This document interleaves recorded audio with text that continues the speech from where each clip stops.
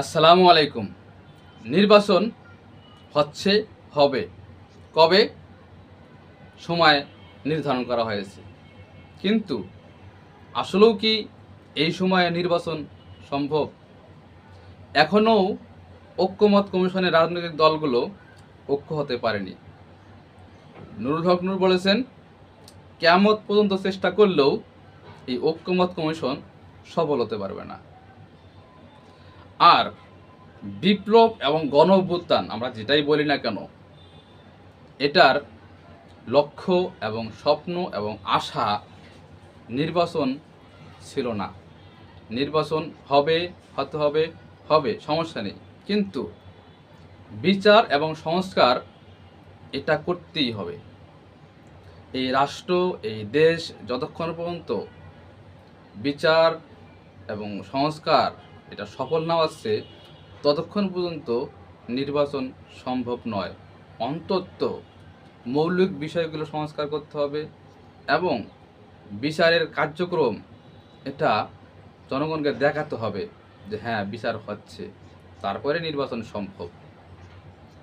আমরা কি এখনও কি আশানুপাত দেশটা এবং রাষ্ট্রকে সংস্কারের পথে এগিয়ে নিয়ে যেতে দেখছি? মোটেই না। প্রশাসন বিভাগ এবং দেশের যেটা পরিস্থিতি, এতে করে এখন যদি নির্বাচন দেওয়া হয়, তাহলে এর আগের নির্বাচনগুলোর চাইতেও বর্তমান আরও বেশি রকম অনিয়ম হবে, কারচুপি হবে। বিএনপির লোকজনের যে মনোভাব, তাদের যে আচার ব্যবহার চলছে বর্তমান বাংলাদেশে, তারা ভোট কেন্দ্র থেকে অন্য দলের কর্মীদেরকে থাপড়ায়া বের করতে একটিও দ্বিধাবোধ করবে না। এই পরিবেশে নির্বাচন কখনোই সম্ভব নয়। তো বন্ধুরা, সংস্কার কেন হচ্ছে না, কেন পিছিয়ে যাচ্ছে? একমাত্র আমাদের বিএনপির ভাইদের কারণেই এই সংস্কার পিছিয়ে যাচ্ছে। ঐক্যমত কমিশনে গেলে দেখতে পারবেন প্রত্যেকটি বিষয়ে তাদের অনৈক্য।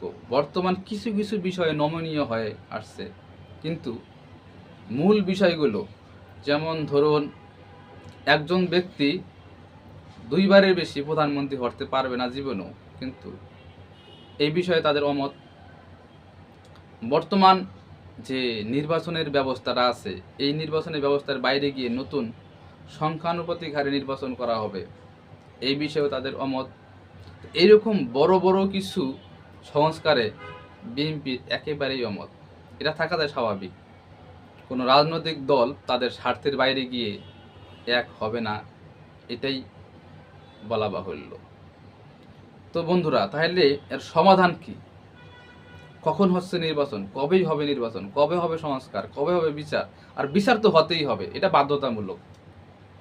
যদি এটার বিচার কঠিনভাবে না হয়, তাহলে পরবর্তীতে যে সকল রাজনৈতিক দল সরকার গঠন করবে, তারা এর থেকেও কঠিন জঘন্য অপরাধ করতেও তাদের ক্ষমতা এবং তাদের পাওয়ার এটাকে কুক্ষিগত করে রাখতে, এটাকে ধরে রাখতে তারা লক্ষ লক্ষ জনতাকেও মেরে ফেলতে দ্বিধাবোধ করবে না।